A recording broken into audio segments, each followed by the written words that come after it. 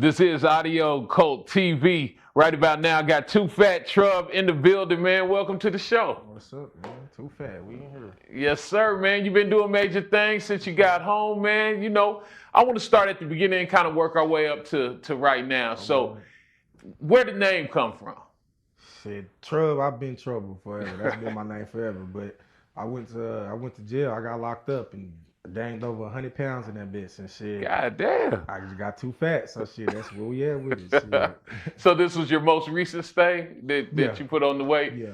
What was you eating up in there? Shit, depression. Yeah. Shit, whatever. Yeah, okay. So all the zoos and whams, you just run it through. I promise you everything I could. No doubt. No doubt I'm a big fella, so ain't nothing wrong with eating good, man. What sparked your interest in music? Man, other niggas, honestly, like listening to people rap, listening to artists, I listen to music and be like, damn, I know I can say some shit better than what he's saying. And this is some shit that everybody listening to. So, shit, I had to figure that out. How old were you when you first got involved with music? When I first started fucking with music, like on some serious shit was recently, but I used to freestyle, get in the studio, freestyle, pop out on somebody's song and shit like that. But I wouldn't say that was serious. Seriously, it was recently, like when I got out of jail. Okay. And how long you been home? About 4 months Friday. This Friday will be 4 months. Wow. And I mean, just your presence on social media, on digital platforms, videos, songs coming out. I mean, you just really hit the ground running. It's crazy. Bro. Man, put it in motion. Yeah, was this a game plan that you had when you were locked up? Yeah, for sure, man. I had a phone in that motherfucker, so I sit on my phone all day on Instagram, on Facebook, social media, and I'm watching what other rappers do, how they putting their feet to the pavement and making that shit boom. So I'm like, I can do this shit. All it takes is putting your left foot in front of your right and making that shit happen. So I knew I was gonna do this as soon as I touched pavement, for sure. Okay, so you had that game plan there, and now you're just executing the game plan that you already had worked out. Fast. Is your family interested in music? What were some of the influences that got you in? Nah, music was just bro, I was just a badass kid. Just thought I was a trap nigga. Thought I was out here doing something. I had 2 zips of Reggie, and shit, I felt like I was Jeezy them. So that's what got me going with that shit. And then from there, here we is with it. Now, is Jeezy one of your favorite rappers? Is that an influence? I wouldn't say he was a favorite, but I'll say he one of the first ones I listened to on some trap shit. Like, okay, yeah, so I'll give him that for sure. So, do you consider yourself a trap rapper? Or? I mean, I don't even consider myself a rapper, bro. I'm just a shit talker, bro. I say what I want to say. Man, speaking of shit talker, you always put on certain songs, I've noticed, that hard ER. Yeah. What's up with that? I love it. Man, I got some shit I got when we was in jail. Right. I was around a lot of niggas out here came from Cali. And the Cali niggas is super proper. The way they talk is super proper. So after being around niggas like that, that's just something I picked up, and I like putting that in my shit because it's kind of stand out. You noticed it. Yeah, I definitely noticed it. You a bad motherfucker. Yeah, for sure. So do you feel like being locked up has influenced your music in a positive way, negative way? I mean, depending on how you look at it. I say positively because it made me look at life from a different viewpoint. So that helped me with my music. I get to rap. I can say some creative shit. I can say some different type of shit because I've seen life differently than everybody else. But negatively, shit, I went through a lot of shit out there that eventually gonna have to get put in the music, and you can take it how you want to take it, but shit, it's the real life. Shit, it's TooFat. Okay.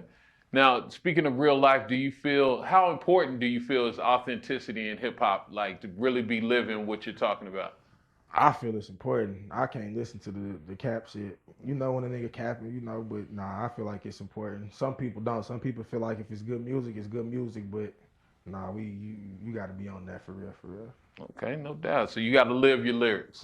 Live it or lived it something. You can't just, you know, it ain't no game where you talk about what you see the next nigga do. That's snitching.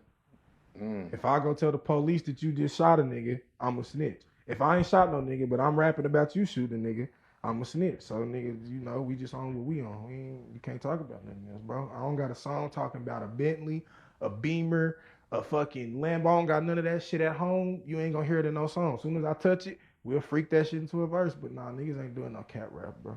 Okay. And how important do you feel, like you're a younger man out here in hip hop, How do you feel social media impacts, the music? You say you sat back and watched to put together your game is plan. the music scene now, if you ask me, bro. Without that shit, ain't nothing you can do.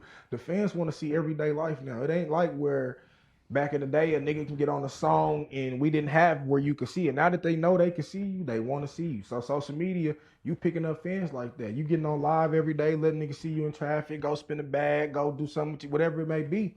And that's the industry right now. You gotta have that presence for sure. Okay. What do you feel about like in the industry, all the recent, well, it ain't as recent in the last couple of months, but in the last few years, all the beef, everybody going at it against each other, and unfortunately, the deaths in hip hop. I feel like that shit life, but since them niggas is in the spotlight, it get highlighted more type shit. And it's beef everywhere. We gonna leave this motherfucker right now. Niggas is getting smoked every day, everywhere you is. But when you in that spotlight, of course it's gonna make it seem like it's something bigger than what it is. But bro, where we come from, it's everyday beef. Right. Do you think it adds to it? Do you think it for adds to sure. your haters seeing you on sure. social media, doing the things that you're doing? For sure. But I tell niggas all the time, I don't do this shit. I pop my shit to motivate a nigga, bro. I've been out 4 months and I'm on that shit, bro. Like, niggas done been out here. These niggas ain't never did a bid. They ain't never did a day in their motherfucking life. And you on your ass, my nigga. This shit ain't nothing about me bragging. This shit ain't nothing about me boasting, nigga. This shit motivation. I'm trying to get a nigga to get a bag. Nigga, we can all get this shit, bro. And what would you tell somebody to motivate them to get that bag, to get off their ass and on their feet? Exactly what you just said. Get off your motherfucking ass, my nigga. Don't nothing come sitting on your ass but a stench on the set. Get up and let's get this shit, bro. For real. Did you say a stench? A stench, for real, bro. For real, bro. Niggas gotta really get this shit. It's on the floor. And niggas be feeling like the next nigga hustle making more money than what they doing, so they don't want to go do it. Man, listen, bro. I don't give a fuck if you gotta sell lashes, my nigga. If you can make that shit go, make that shit go, bro. This shit on the floor everywhere, my nigga, for real. Yeah, definitely. And speaking of, we had talked about the influences, and you didn't really state any influences as far as hip hop on you specifically, but those that follow you on social media know that you done tapped in with Boosie, got the feature, sure. all that good stuff, about to go on tour. Tell the people about that a little bit. Man, Boosie was there was a point in time where that's all I listened to as a kid was Boosie. It ain't a Boosie song you can put on that I don't know the lyrics to, none of that shit. And my brother, rest in peace, Day Day, that was his favorite artist. We used to have a little fucking big ass computer. I don't even know what they call it. We called them a computer with the booty on the back. Before the little flat daddies, used to have the booty on the back of this bitch. Right. And we had nothing but Webby and Boosie on that motherfucker. So that's all we listened to every day. So I got out of jail. The first opportunity I had with a mainstream artist was the Boosie shit. That shit just came full circle, I feel like. So yeah, I'm fucking with that for sure. Okay. Was that the biggest moment so far since you've been home? Actually connecting in with him and getting that knocked out? I mean, as far as the public's eyes, I would say that. Right. That's my biggest moment. Seeing me lock in with Boosie, seeing me do shit with Boosie. But I can't say that's my biggest moment. What would you say was your biggest moment? Shit, I got kids, bro, and they know every lyric to my unreleased songs. I got about 50 unreleased songs, and I turn them on. They know every lyric to anything unreleased. We turned up every morning. I take my kids to school. I tell niggas all the time, I'm a rapper, but I'm a full-time dad. I take my kids to school every morning. I pick them up from daycare and school every single day. Now the day go by, I don't do that shit. And fucking every morning we turned up to daddy shit. I pick them up, we turned up to daddy shit. And them the big moments right there that's that shit right there. We lit like that. Man, that's important for the people to hear, definitely. Yeah, that, not just being real or being in hip hop, but representing and holding down your kids and your responsibilities. I did want to ask you, what are the differences that you've noticed? How long were you locked up? I did 8 years and 7 months. Whew. And how old were you when you left? I was 17. 17. Jeez, Louise. That's some main years. So what was the biggest difference that you noticed just in the world that changed and also musically that changed when you went in and when you came home? Man, I noticed more similarities in the world than I did differences, and that shit sound crazy, bro. But a lot of shit. Now, people say the world has changed a lot, and it has. If that's the level you living on, and you get to see that. But bro, for niggas that's in the slums, niggas who out here in the streets, bro, this shit the same shit it was when I left, bro. The same niggas doing the same shit, the hustle the same. You still put it on the same scale, bro. So I mean, it's a different world if that's the world you living in, bro. But as far as everyday life, from what we know, nigga, this shit's still the same, bro. Okay. And as far as music, did you notice Oh, any that shit change? changed a lot, bro. I feel like the music shit changed a lot. Back, it was more anybody. I ain't gonna say anybody can make it. Don't let me scratch that. 'Cause I don't want nobody to feel no type of way. Because a lot of these niggas are anybody's that have made it. But anything you can catch a sound on TikTok. You don't even gotta have no EP, no album, no nothing. You can catch a sound on TikTok and now you're rich. Your life has changed. You can fucking make a reel that lasts 30 seconds and nobody knows the rest of the song. They just know this little clip and your life has changed, bro. So music has changed a lot because it don't take a lot. You get you a sound, that shit on the floor. Okay. Now, one of your biggest songs to date since you've been out so far, I know that I stuck in my head is that Side Note, Yeah, for man. sure. How did that come about? Bro, that shit is crazy. Free my nigga C. He gonna see this shit and he gonna be able to tell y'all niggas this shit some real shit. I don't do none of that funny shit. I was in the studio and that song was a freestyle. And I came in with the ooh shit. All that was a freestyle. When I got done freestyling, I didn't know what else to say. So we just went back, put the beginning in, the ooh shit, and we got us a song right there. But I didn't think it was gonna do nothing. I didn't think people was gonna catch on like they did. It was just some quick little shit. The freestyle lasted, I'll never forget, that shit lasted 1:11. And I tell them to this day, I'm like, bro, that was a motherfucking sign, bro. Because that 1:11 done got a nigga cracking out here, bro. It said it was 1:11. We slapped that hook back on there and shit. I put Gucci on my bitch and Louis on my son. Real talk. Ask them You both. just made another play, nigga. I promise you. Yeah, I'm loving that, man. So you don't have any influences as far as your style? Oh, yeah, a lot of them, bro. Like, a lot of them. That Detroit shit really, that's my biggest influence, bro. That's why I say I'm a shit talker, bro. I gotta get that to them. Them the first niggas who was ever on that shit as far as my knowledge. But them niggas influenced my shit a lot. Cause it made it to where I don't have to have no deep ass message when I rap, but I don't have to make no bubblegum ass song. I can pop my shit, I can talk my shit. I like that shit. So they sound is for sure an influence. But as far as artists, always fucked with the fucking Boosies, the Gucci, Pee Wee Longway. Pee Wee Longway was my favorite artist for a long time. We both from neighborhood 6 so shout out my nigga Pee Wee NPA. Y'all need to come grab a nigga for real. But nah, fucking get that nigga Pee Wee Longway. That nigga got that fucking real slick talking shit. If you listen to any of my shit, I'm probably the slickest talking nigga you gonna hear, and I'm really on that. Okay. And yeah, we on that. I like that. I had a lot of niggas. And you got sense of humor with it too. So you know, you always get those little catchy lines in there. So you think it's important to incorporate that humor in your personality? I feel like it's just important to be you. Like niggas know I done been in the streets. I do that. That's what I've done. If I say we was doing the dope shit, we done did the dope shit. But part of my personality, I'm a funny ass nigga. Part of my personality, I'm a Mac ass nigga. So I put all that shit in my music because that's just who I am. So I feel like it's just important to put you out there, whatever the fuck you is.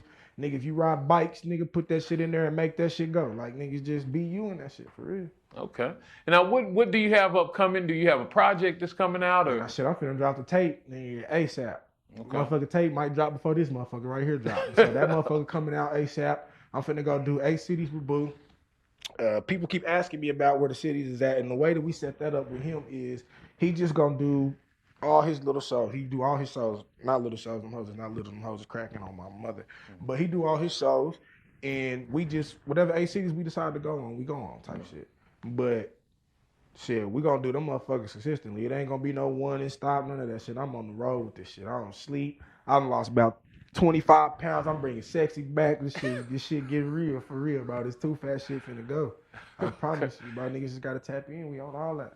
And where can they tap in at? Shit, my Instagram is 1TooFat. I'm on any motherfucking streaming platform you can think of. We there with it. Shit, you need one of the 304's numbers, I'll give you them. She'll tell you how to get into anything. We got that. You want to reach TooFat, we here. We here, I promise you. Okay, no doubt. Now, the rest of this year, you got this tour coming, you got the project you about to drop, you're constantly doing videos. On the way here, I was checking you out a freestyle you just dropped up in Tulsa with King Spencer. Sure. You know, so you're staying in. Spencer, man. Shout out. Yeah, big shout out King Spencer. Sure. So what do you see in the future as far? I'm not even going to ask a long distance because you know a lot of time, but the end of this year, till the end of this year, 2023. What does the rest of this year have for TooFat? Man, I say by the end of 20, I'll be in them rooms, bro, with the niggas who is them niggas. I'll be in them rooms. It ain't gonna be no more of the coming up shit, bro. It ain't gonna be on no more the upcoming. We gonna be there where we supposed to be. I'm gonna make sure that you can mark my words. 12, 31, 23. If I ain't where I'm supposed to be, nigga, I'll give you my bitch. So maybe. Nah, Just one of them, maybe. nah. I ain't lying. I'm tender. But not for real. We gonna be where we supposed to be for real.